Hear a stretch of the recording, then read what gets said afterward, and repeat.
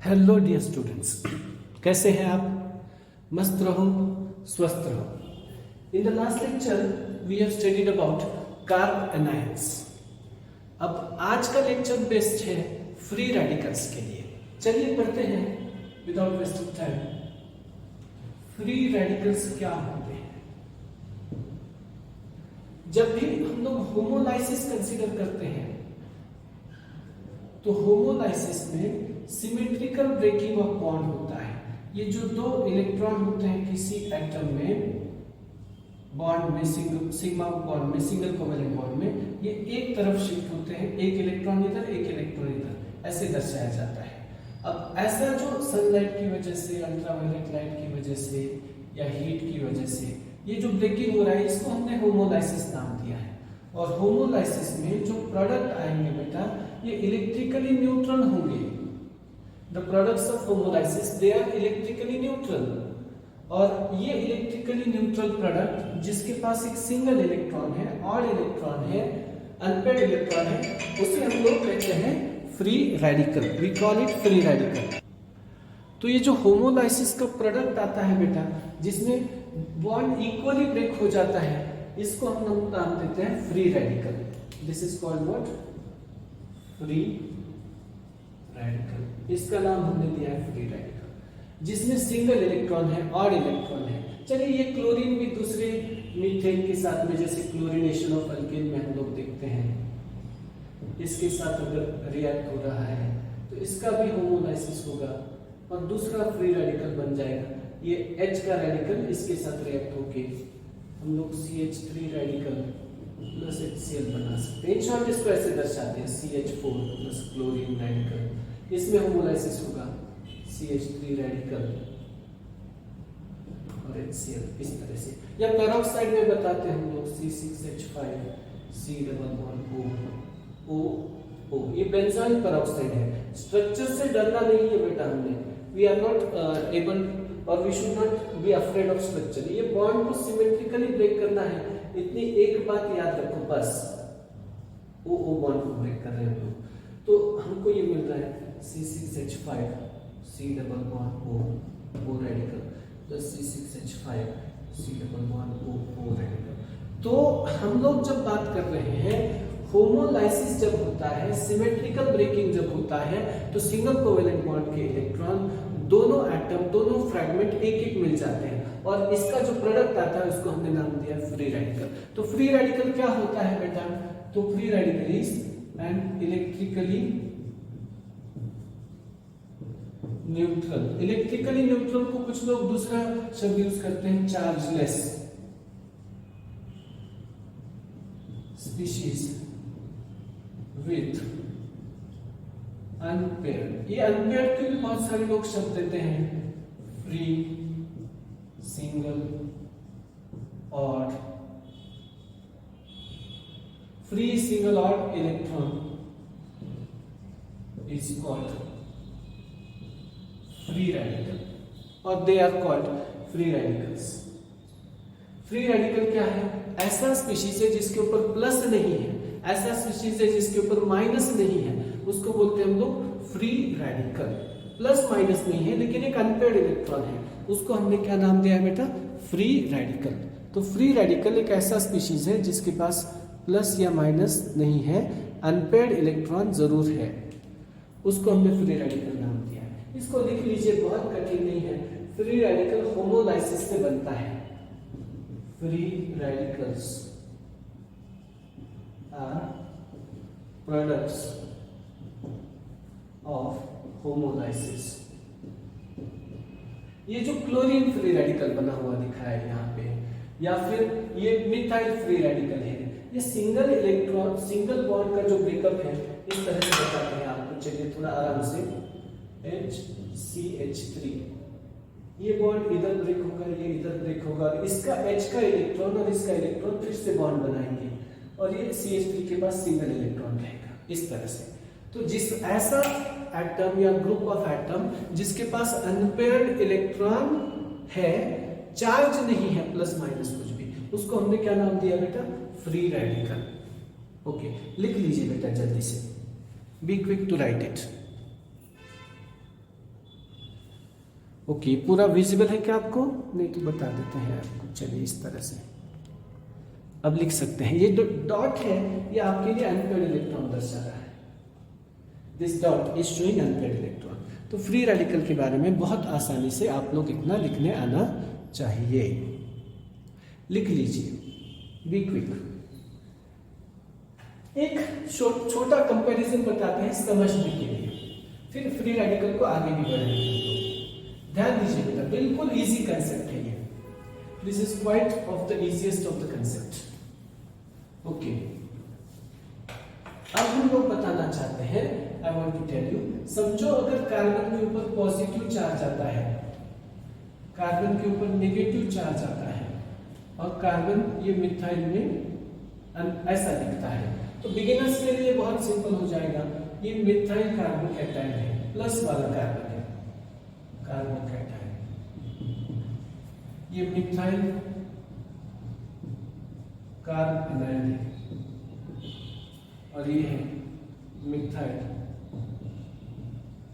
Free radical.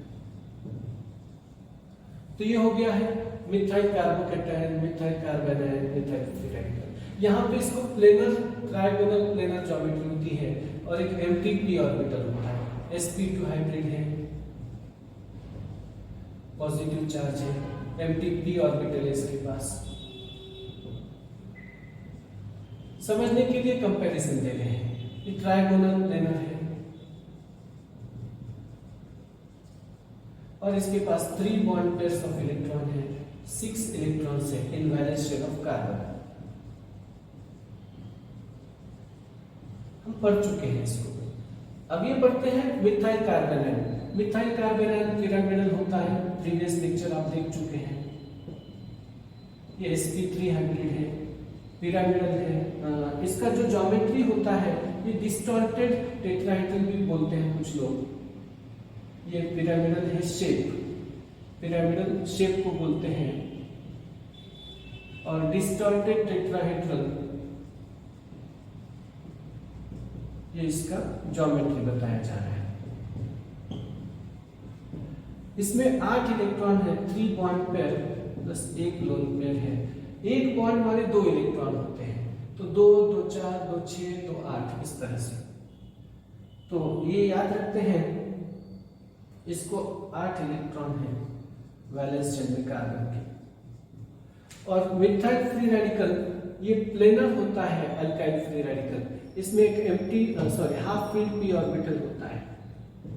ये sp2 hybrid है, 3 bond pairs हैं प्लस 1 सिंगल इलेक्ट्रॉन है।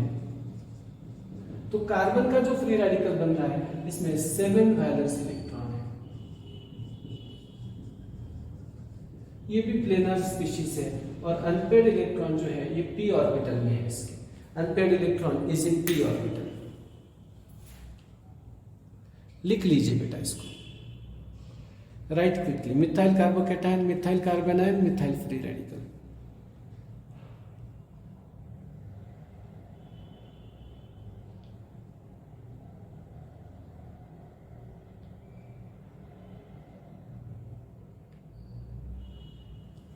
ओके, ये कंपैरिजन बताया है।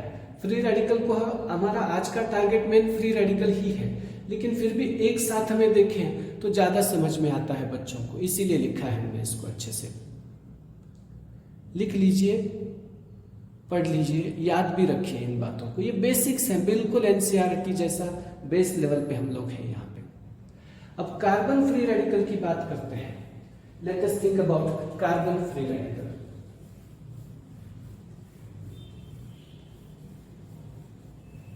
ओके,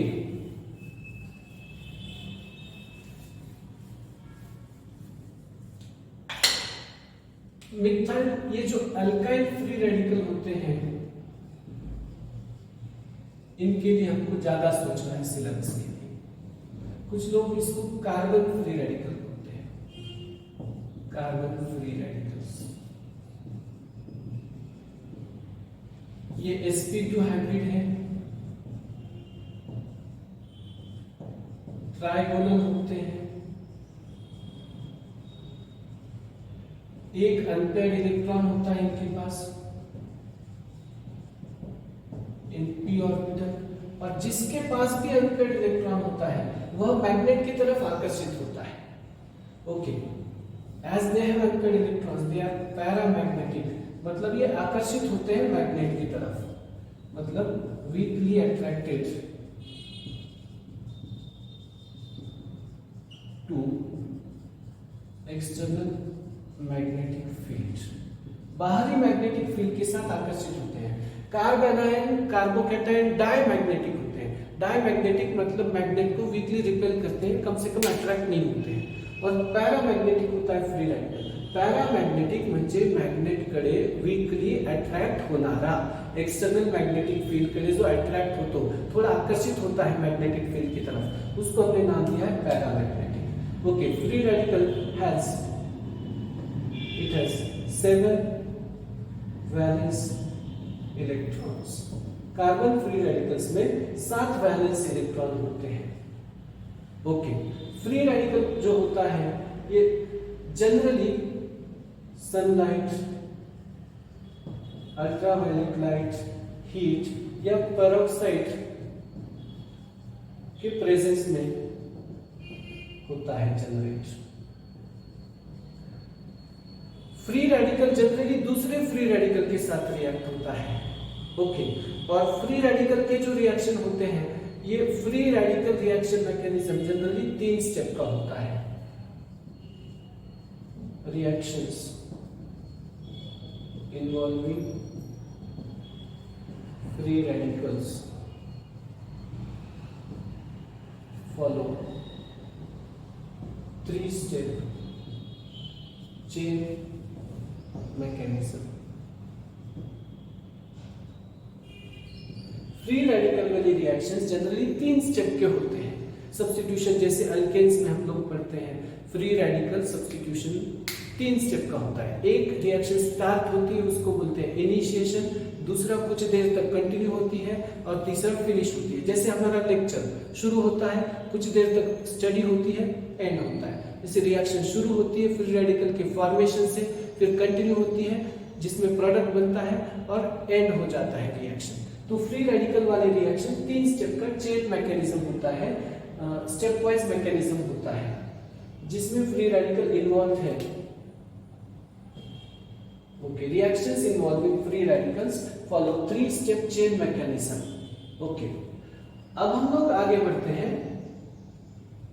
ये जो फ्री रेडिकल्स होते हैं ये हाईली रिएक्टिव होते हैं, ये लेस स्टेबल होते हैं। कुछ लोग इनको ट्रांजिएंट बोलते हैं। क्या बोलते हैं? फ्री रेडिकल को ट्रांजिएंट बोलते हैं। जनरली फ्री रेडिकल जो होते हैं ये sp2 और प्लेनर होते हैं, लेकिन CF3 वाला जो रेडिकल होता है, ये CF3 high electronegativity of fluorine की वजह से ये रेडिकल sp3 हो जाता है, और ये रेडिकल पिरामिडल आता है। This radical is pyramidal. CF3 carbon मतलब ट्राइफ्लोरोमिथाइल ऐसे बोला जा सकता है। जैसे CH3 था वैसे CF3 रेडिकल, ये स्पेशल रेडिकल है, इसको बहुत कठिन नहीं है, हमने पहले ही पढ़ा है इसको। ओके, अनपेड इलेक्ट्रॉन इसका p ऑर्बिटल में होता है, ये भी मैंने पहले बताया आपको। एम्प्टी मतलब हाफ फिल p ऑर्बिटल में होता है अनपेड इलेक्ट्रॉन।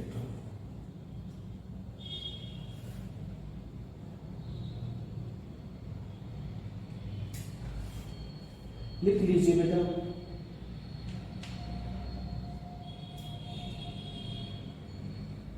अब हम लोग पढ़ना चाहते हैं स्टेबिलिटी ऑफ फ्री रेडिकल्स। इतना लिख लीजिए, फिर आगे बढ़ते हैं। ओके, लिखना हो गया कि बेटा आपका? 10 सेकंड देते हैं और लिख लीजिए, फिर हमको फ्री रेडिकल की स्टेबिलिटी ऑर्डर की तरफ भी जाना है। मोस्ट फ्री रेडिकल्स sp2 है, प्लेनर है, लेकिन CF3 वाला फ्री रेडिकल पिरामिडल होता है, ट्राइफ्लोरोमिथाइल। ये फ्लोरीन की हाई इलेक्ट्रोनेगेटिविटी की वजह से ऐसे हो रहा है, इसमें अनपेयर्ड इलेक्ट्रॉन भी होते हैं फ्लोरीन में। अब और एक फ्री रेडिकल है जो पिरामिडल हो सकता है, कौन सा है ये बताते हैं आपको। जब कोई बाइसाइक्लिक ट्राइसाइक्लिक टाइप का रिंग आता है, चलिए ये साइक्लोहेक्सेन की तरह है, और इसमें हमने एक ब्रिज बनाया है अब यहाँ पे ब्रिज हेड वाला जो फ्री रेडिकल है, ब्रिज हेड वाला फ्री रेडिकल, मतलब दो रिंग के बीच में ऐसा यहां पे अगर फ्री रेडिकल बनता है तो ये वाला free radical bridge head free radical, ये भी पिरामिडल होता है। Bridge head free radical it is also pyramidal, याद रखते हैं। कुछ लोग फ्री रेडिकल को न्यूट्रल इलेक्ट्रोफाइल भी बोलते हैं। Free radicals are also called neutral electrophiles, इनको न्यूट्रल इलेक्ट्रोफाइल्स बोला जाता है। जब दो फ्री रेडिकल कंबाइन होते हैं तो याद रखिएगा, आइदर एक बॉन्ड में बी फॉर्म बिटवीन देम और दे में also undergo disproportionation, oxidation reduction भी हो सकता है। फ्री रेडिकल्स जब कंबाइन होते हैं CH3 रेडिकल और CH3 रेडिकल, दो रेडिकल जब ऐसे कंबाइन होते हैं तो एक बॉन्ड फॉर्मेशन हो सकता है। ये इलेक्ट्रॉन अपोजिट ऑफ होमोलाइसिस हो रहा है, ये कार्बन इस कार्बन के साथ इलेक्ट्रॉन शेयर हो रहा है, बॉन्ड फॉर्मेशन भी हो सकता है इसमें फ्री रेडिकल के बीच में। और free radical oxidation reduction reaction भी दे सकते हैं। इथाइल फ्री रेडिकल दूसरे इथाइल फ्री रेडिकल के साथ में एक सेल्फ ऑक्सीडेशन रिडक्शन रिएक्शन देता है, मतलब ऑक्सीडेशन और रिडक्शन दोनों उसी का हो रहा है। Okay okay, please pay attention बेटा। ये दो इथाइल रेडिकल जब रिएक्ट होते हैं तब ये सेल्फ ऑक्सीडेशन रिडक्शन रिएक्शन होता है, सेल्फ रिडक्स बोलते हैं। इसी का ऑक्सीडेशन होता है, इसी का रिडक्शन होता है। एक इलेक्ट्रॉन H देता है और दूसरा H लेता है, इस तरह से। इसको एक नाम है डिसप्रपोर्शनेशन। कुछ बच्चों को ये नाम नया लग सकता है 10वीं पास वाले, लेकिन ऑक्सीडेशन और रिडक्शन ऑफ एक ही स्पीशीज होता है। Oxidation and reduction of same species होता है, तब ये इसको कहते हैं डिसप्रपोर्शनेशन। अब एक H इधर ट्रांसफर कर देंगे तो C2H4 इथीन प्लस C2H6, तो ये फ्री रेडिकल का इस तरह से रिएक्शन भी हो सकता है, या दो फ्री रेडिकल एक दूसरे के साथ कंबाइन भी हो सकते हैं। ओके, लिख लीजिए बेटा जल्दी से।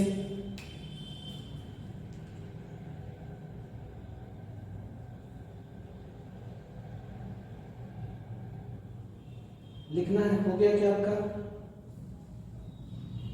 कुछ स्पीशीज ऐसे भी होते हैं जो फ्री रेडिकल को एब्जॉर्ब करते हैं, और ऐसे स्पीशीज को फ्री रेडिकल इनहिबिटर बोला जाता है। एक मॉलिक्यूल है जिसका नाम, स्ट्रक्चर तो हम लोग बाद में पढ़ेंगे, लेकिन एक मॉलिक्यूल है जिसको बोलते हैं पैराबेंजोक्विनोन।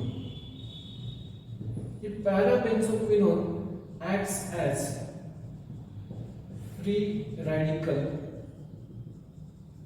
इनहिबिटर। ये फ्री रेडिकल को एब्जॉर्ब कर लेता है और फ्री रेडिकल की रिएक्शन को स्लो डाउन करवा सकता है। लिख लीजिए जल्दी से।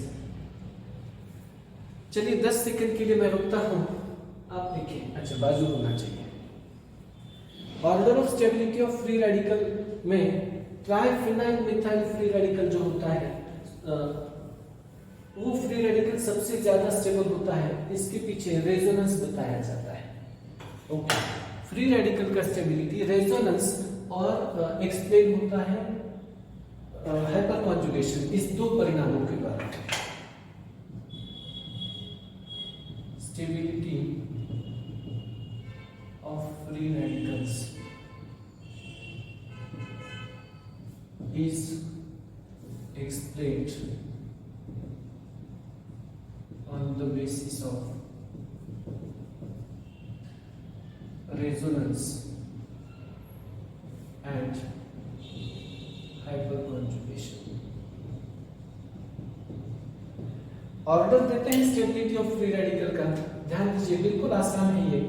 C6H5 टेकन थ्राइस C, ये ट्राइफिनाइल मिथाइल फ्री रेडिकल है। ये जो बेंजीन रिंग है यहाँ पे, ये बेंजीन रिंग इस फ्री रेडिकल को स्टेबलाइज करते हैं थ्रू रेजोनेंस, रेजोनेंस द्वारा, जैसे कार्बोकैटायन में हमने देखा है उस तरह से। देन डाइफेनाइल मिथाइल होता है, then it is benzyl. Then हमारे पास एलाइल आता है, RCR डबल बॉन्ड, मतलब ये रेडिकल है इधर, CH डबल बॉन्ड CH2, इसको बोलते हैं टर्शरी एलाइलिक, क्योंकि यहाँ पे अल्काइल ग्रुप है तो ये हाइपर कॉन्जुगेशन भी बताएगा। देन सेकेंडरी एलाइलिक होगा CH डबल बॉन्ड CH2। इसकी स्टेबिलिटी ऑर्डर पहले लिस्ट बना देते हैं, फिर बताते हैं, फिर आएगा allyl.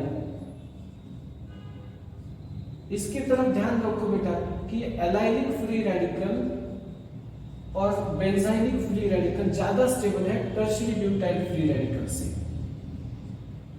Tertiary butyl free radical से। Then isopropyl and then we'll be having ethyl and then we'll be having methyl free radical and then C6H5 free radical, इस तरह से। तो ये स्टेबिलिटी ऑर्डर हम लोगों को देख लेना चाहिए। We have to understand the stability order of free radicals like this.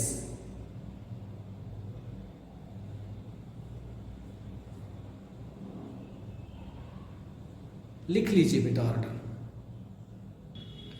चलिए बेटा फटाफट से नोट कर लीजिए फ्री रेडिकल का स्टेबिलिटी ऑर्डर, फिर रीजन भी बताने हैं आपको स्टेबिलिटी ऑर्डर के लिए। पहले अल्काइल की तरफ जाते हैं, फिर एलाइल बेंजाइल, सबको एक्सप्लेन करते हैं धीरे धीरे। चलिए आगे बढ़ाते हैं इस बात को, stability order of free radicals को आगे बढ़ाते हैं। ये ऑर्डर पहले नोट कर लीजिए। अब बताते हैं टर्शियरी ब्यूटाइल फ्री रेडिकल ज्यादा क्यों स्टेबल है आइसोप्रोपाइल से, जो हम लोग एक्सप्लेन करने वाले हैं हाइपर कॉन्जुगेशन नाम के कंसेप्ट से। इधर सिंगल इलेक्ट्रॉन है। अब क्या होता है, हाइपर कॉन्जुगेशन का कंसेप्ट बताते हैं।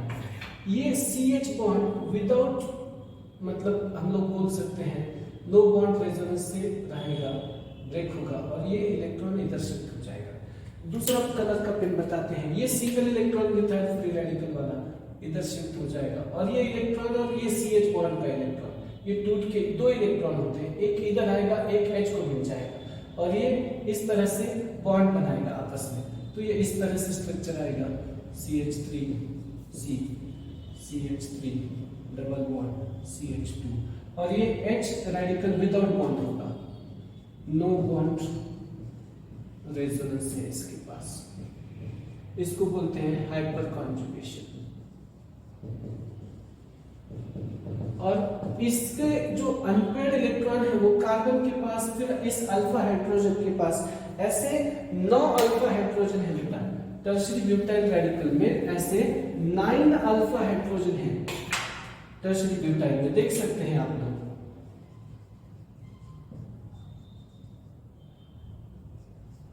ये हमारा अल्फा कार्बन है, ये 3 अल्फा है, ये 3 अल्फा है, ये 3 अल्फा है, तो 9 अल्फा हाइड्रोजन है इसमें।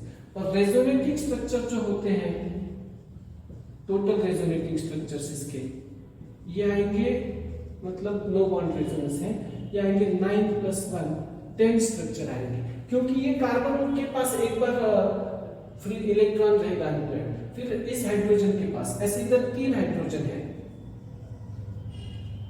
और ये CC बॉन्ड रोटेशन में रहता है। There is conformation, there is rotation of CC bond. अगर ये CC बॉन्ड का रोटेशन होते ही रहता है तो ये हाइड्रोजन घूमते हुए इसके पास में आ जाते हैं, तो ये 1 2 3 फिर इधर 3 फिर इधर 3, इस तरह से 9 हाइड्रोजन है और एक बार कार्बन के पास फ्री रेडिकल अनपेयर्ड इलेक्ट्रॉन, तो टोटल 10 स्ट्रक्चर बनते हैं इसमें और ये स्टेबल होता है। ओके, अगर हम लोग आइसोप्रोपाइल की बात करेंगे, if you think of isopropyl, तो इसमें 6 अल्फा हाइड्रोजन होंगे, 6 अल्फा हाइड्रोजन, ये 9 अल्फा हाइड्रोजन है, 10 रेजोनेटिंग स्ट्रक्चर है, 6 अल्फा हाइड्रोजन है, 7 रेजोनेटिंग स्ट्रक्चर है, एक ज्यादा होता है रेजोनेटिंग स्ट्रक्चर इसका, इथाइल में कितने अल्फा हाइड्रोजन है बेटा? ये हाइड्रोजन अल्फा नहीं है, ये अल्फा है CH3 का, तो ये 3 अल्फा हाइड्रोजन है और 4 रेजोनेटिंग स्ट्रक्चर है। और मिथाइल रेडिकल में तो 9 अल्फा हाइड्रोजन, तो रेजोनेंस का तो बात ही नहीं है इसमें।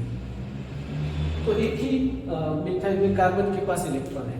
इलेक्ट्रॉन चार्ज जब घूमता है, डीलोकलाइज होता है, शिफ्ट होता है, तब स्टेबिलिटी बढ़ती है। और एक के सर पे चार्ज आता है, बोझ आता है, तो अनस्टेबल होता है स्पीशीज।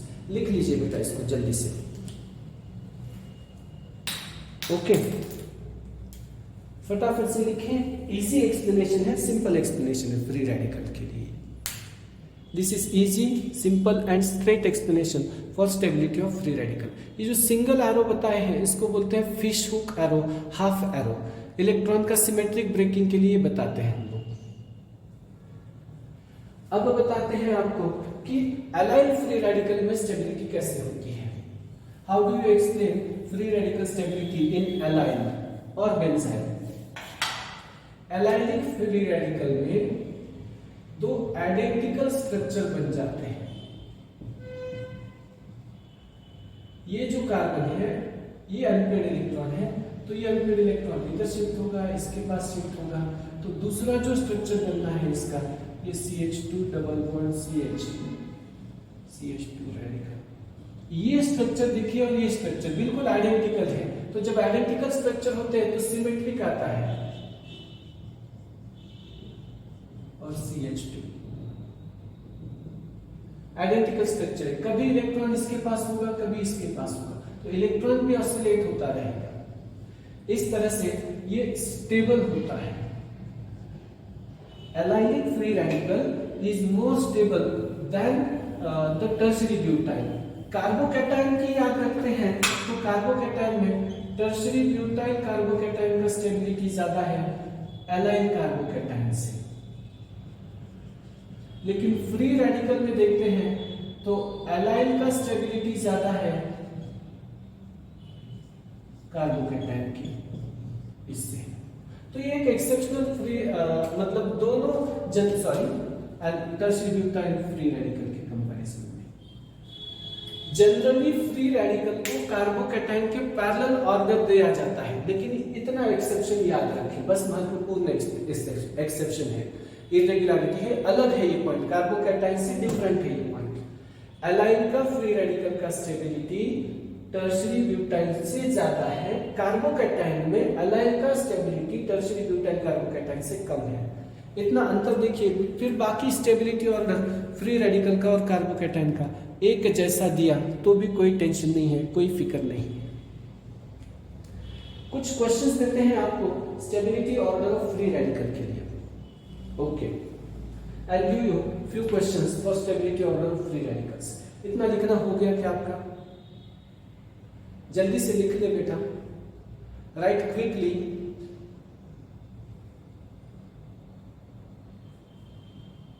ओके, चलिए आगे बढ़ते हैं। कुछ order of stability of free radical के क्वेश्चंस। रेगुलर ऑर्डर तो मैंने आपको दिया ही है। Okay, here are few questions for stability of free radicals. अब इसको मतलब जो पहली बार पढ़ रहे हैं उनको बॉन्ड लाइन नोटेशन से बताते हैं। मतलब ये बॉन्ड लाइन है, इसको रेगुलर बताते हैं। एंड में CH3 है, CH है, CH3 है, CH रेडिकल है, CH3 है। अब इसमें ये 3 अल्फा हाइड्रोजन है और ये 1 अल्फा हाइड्रोजन है, सेकेंडरी फ्री रेडिकल है। ये वाला तो प्राइमरी है, क्लियर दिख रहा है इस तरह से। ओके, सॉरी मोबाइल रिंग से डिस्टर्ब हो गया थोड़ा, कोई टेंशन नहीं है, ध्यान दीजिएगा। अब ये प्राइमरी फ्री रेडिकल है और इसमें 2 अल्फा हाइड्रोजन है, तो हाइपर कॉन्जुगेशन कम हो रहा है। CH3 CH CH3 ये टर्शियरी फ्री रेडिकल है, 3 कार्बन से जुड़ा है ये कार्बन, तो इसमें 7 अल्फा हाइड्रोजन है, ये 3 ये। तो सबसे ज्यादा स्टेबल कौन सा होगा बेटा? जिसमें अल्फा हाइड्रोजन ज्यादा है, ये स्टेबिलिटी होगी। तो समझो हमने इसको नंबर नाम दिया A B C, तो C सबसे ज्यादा स्टेबल होगा क्योंकि इसमें हाइपर कॉन्जुगेशन ज्यादा है। Then I think A will be stable, क्योंकि इसमें 4 अल्फा हाइड्रोजन, जिसमें ज्यादा अल्फा हाइड्रोजन है इसमें ज्यादा हाइपर कॉन्जुगेशन है और उसमें ज्यादा स्टेबिलिटी होती है, सी, ए और बी। ये एप्लीकेशन होता है हाइपर कॉन्जुगेशन का। This is application of hyperconjugation to explain stability of free radical. चलिए नेक्स्ट क्वेश्चन भी आपके सामने है, रेडी है नेक्स्ट क्वेश्चन, देख लीजिए ये क्वेश्चन क्या है बेटा। ये साइक्लोहेक्साइल फ्री रेडिकल है, ये सेकेंडरी है, इधर CH2 है, इधर CH2 है, ये सेकेंडरी है विथ 4 अल्फा हाइड्रोजन। ये एलाइनिक है बेटा, और एलाइनिक सेकेंडरी है ये, तो ये एलाइनिक है और सेकेंडरी है, इधर एलाइनिक ग्रुप है और मतलब डबल बॉन्ड एडजेसेंट में आता है रेडिकल के, ये एलाइन है। डबल बॉन्ड इधर आ सकता है शिफ्ट होके, जैसे मैंने बताया आपको कि ये क्या करता है, इसको जब सिंगल इलेक्ट्रॉन शिफ्ट होता है तो डबल बॉन्ड इधर शिफ्ट होगा और फ्री रेडिकल इधर, इस तरह से। तो ये अलाइन रेजोनेंस इसमें आ सकता है, रेजोनेंस भी है और हाइपर कॉन्जुगेशन भी है। इसमें भी सेकेंडरी अलाइनिक रेडिकल है। याद रखते हैं सबसे ज्यादा ये स्टेबल होगा क्योंकि 2 डबल बॉन्ड का इसको कॉन्जुगेशन मिल रहा है। ये इधर भी आ सकता है चार्ज, इधर भी आ सकता है, तो सबसे ज्यादा स्टेबल ये होगा सेकेंडरी अलाइनिक विद मोर कॉन्जुगेशन। समझो नंबर देते हैं A, B, C, D, E, इस तरह से, तो सब में ज्यादा स्टेबल D रहेगा क्योंकि इसमें अल्फा हाइड्रोजन तो उतनी ही है लेकिन 2 डबल बॉन्ड से स्टेबिलिटी प्राप्त हो रही है कॉन्जुगेशन में D में। फिर आएगा B, फिर आएगा हमारा A।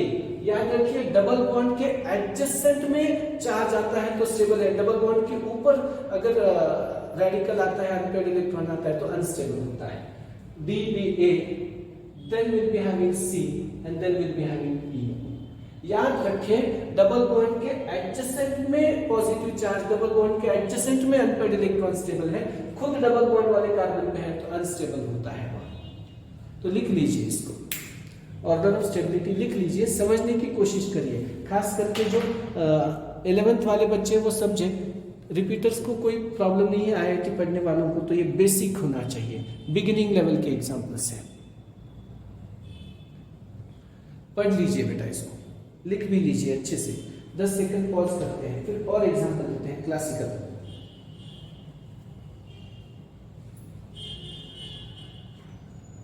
ओके चलिए एक अगला एग्जांपल देते हैं, नेक्स्ट लेवल का एग्जांपल है ये थोड़ा सा।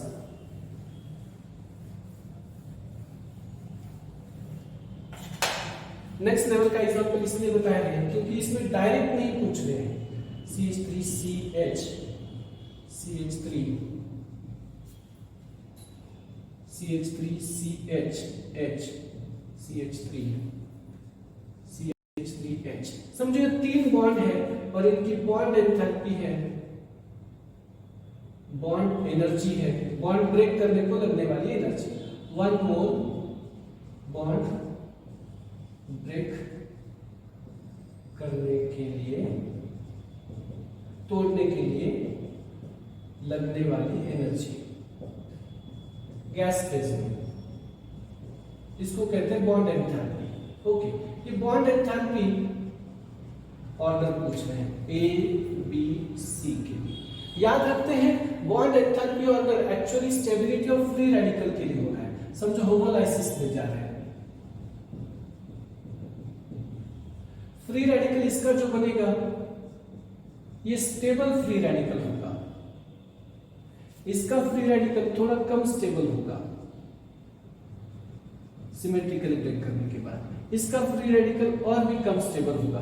तो स्टेबल फ्री रेडिकल है तो ये CH बॉन्ड इजीली ब्रेक होता है क्योंकि आगे स्टेबिलिटी है, स्टेबिलिटी है तो इसको लेस एनर्जी लगती है, इसको मोर एनर्जी लगेगी और इसको सबसे ज्यादा एनर्जी लगेगी क्योंकि अनस्टेबल है। आगे अनस्टेबिलिटी दिखाई देती है तो जल्दी से बॉन्ड ब्रेक नहीं होता है, डिफिकल्ट टू ब्रेक होता है ये बॉन्ड। तो ये बॉन्ड ब्रेक नहीं होगा तो हाई एनर्जी लगेगी, बहुत ज्यादा एनर्जी लगेगी इसको। तो बॉन्ड एंथैल्पी अगर देखेंगे तो A, B, C याद रखेंगे, बॉन्ड एनर्जी ऑर्डर, बॉन्ड तोड़ने को लगने वाली एनर्जी। अगर आगे वाला रेडिकल स्टेबल है तो कम एनर्जी से बॉन्ड टूटता है, आगे वाला रेडिकल अनस्टेबल है तो ज्यादा एनर्जी लगेगी बॉन्ड तोड़ने में। इस बात का ध्यान रहे, लिख लीजिए बेटा, जल्दी जल्दी लिखें, राइट क्विकली। हो गया है लिखना आपका? Finish your writing. नया कंसेप्ट है, नया विचार है, ध्यान दीजिएगा। ये बॉन्ड तभी टूटेगा जब आगे स्टेबिलिटी है और कम एनर्जी से टूटेगा। फिर आगे अगर अनस्टेबिलिटी आती है रेडिकल में तो बॉन्ड टूटता नहीं है जल्दी से और ज्यादा एनर्जी लगती है। चलिए इसी पैटर्न के ऊपर और एक प्रश्न देते हैं आपको। ओके, सिर्फ पैरेलल एग्जांपल दे रहे हैं बॉन्ड एंथैल्पी के लिए।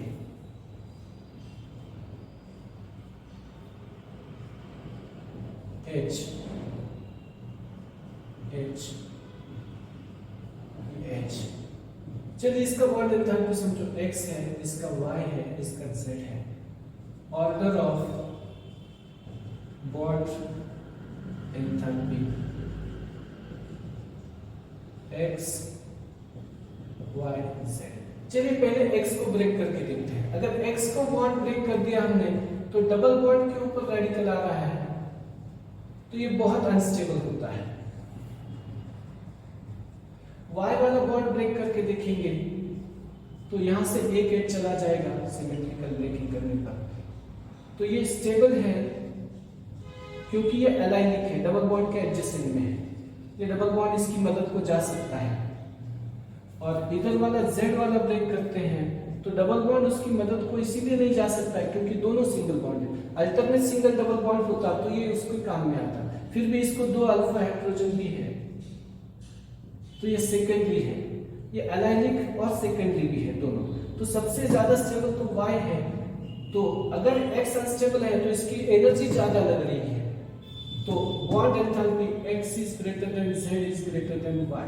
सोचिए जो स्टेबल रेडिकल है उसको ब्रेक, उसका फॉर्मेशन इजी होता है, स्टेबल जल्दी बनता है और कम एनर्जी से बनता है। ये बात याद रखिए।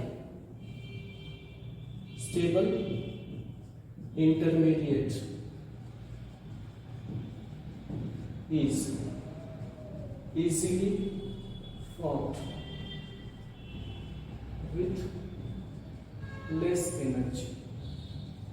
स्टेबल इंटरमीडिएट जल्दी फॉर्म होता है और कम एनर्जी लगती है उसके लिए। चलिए लिख लीजिए, ये बात बहुत इंपॉर्टेंट बताई है मैंने आपको, बहुत ज्यादा इंपॉर्टेंट है बात।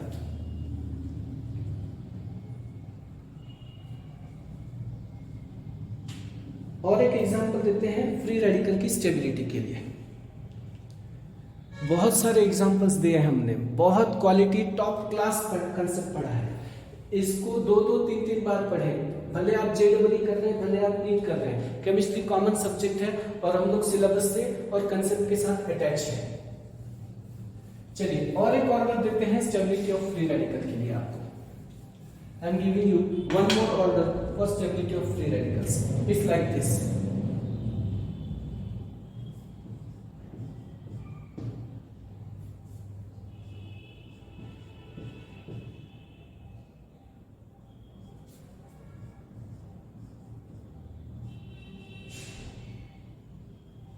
ABCD में स्टेबिलिटी ऑर्डर देना है।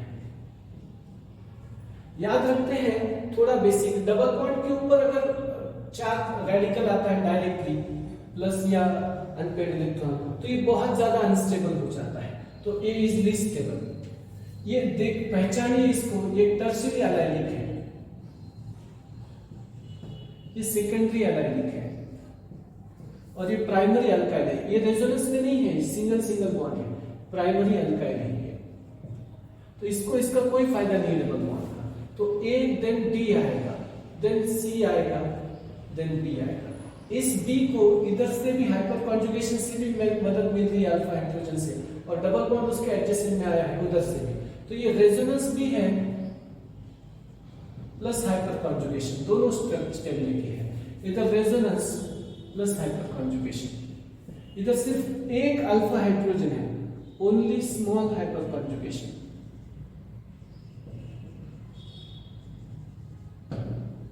और इसमें कुछ भी नहीं है, तो stability order A D C B इस तरह से चलेगा।